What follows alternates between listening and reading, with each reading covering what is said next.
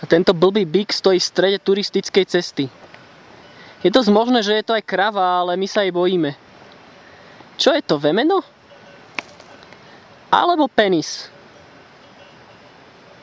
Každopádne sme ho obišli. Pre istotu. Podľa mňa ju. Je to ona. Je to ona, ale vyzerá drsne. Drsniačka. Je to pekná krava. Krava, stojíš v strede cesty, uhni krava. V tomto salaši sme si chceli sa opýtať na cestu, ale moc sa nám to nepodarilo. Hen tam sme stretli nejakého pastiera. Ten nám povedal, že vraj na Múhlacen je to 1,5 plus 2 hodiny, čo vôbec nebola pravda. Potom sme išli takto nejak. A proste tam taký nejaký menší hrebienok z toho. Toto sme absolútne mimo turistickej cesty. A potom tento svah už sme prešli a tuto na tieto skalky sme vylezli a tam už sme sa napali na normálnu cestičku, ale v porovnaní s touto cestičkou, krásnou turistickou cestičkou. To je cesta prvej triedy toto, oproti tomu, čo sme prešli. Presne tak. A mohli by sme vyzrieť na Múhlacen, lebo by sme mali oveľa viac času, keby sme sa nejebkali cez tieto krásne stepy. Ešte si nafilmujeme kravičky. Outdoor off-road kravičky.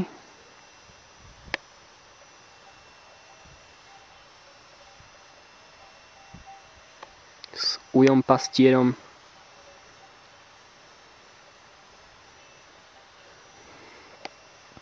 Dobre.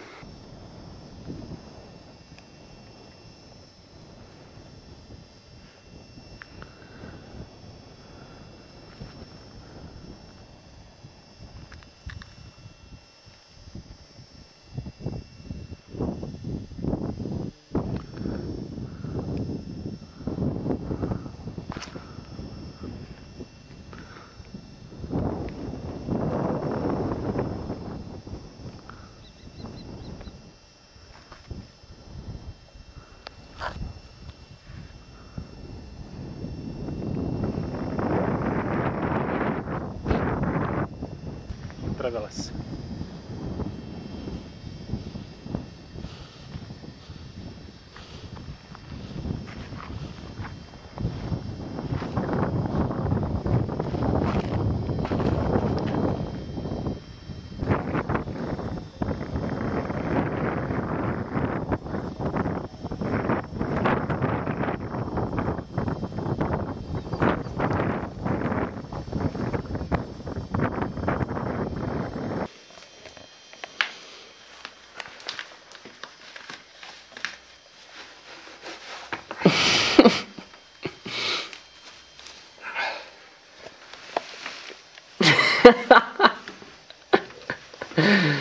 Tu je pekne opálený prúžok.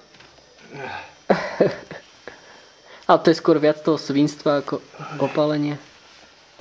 Takto vyzerajú nohy po 11-hodinovej túre.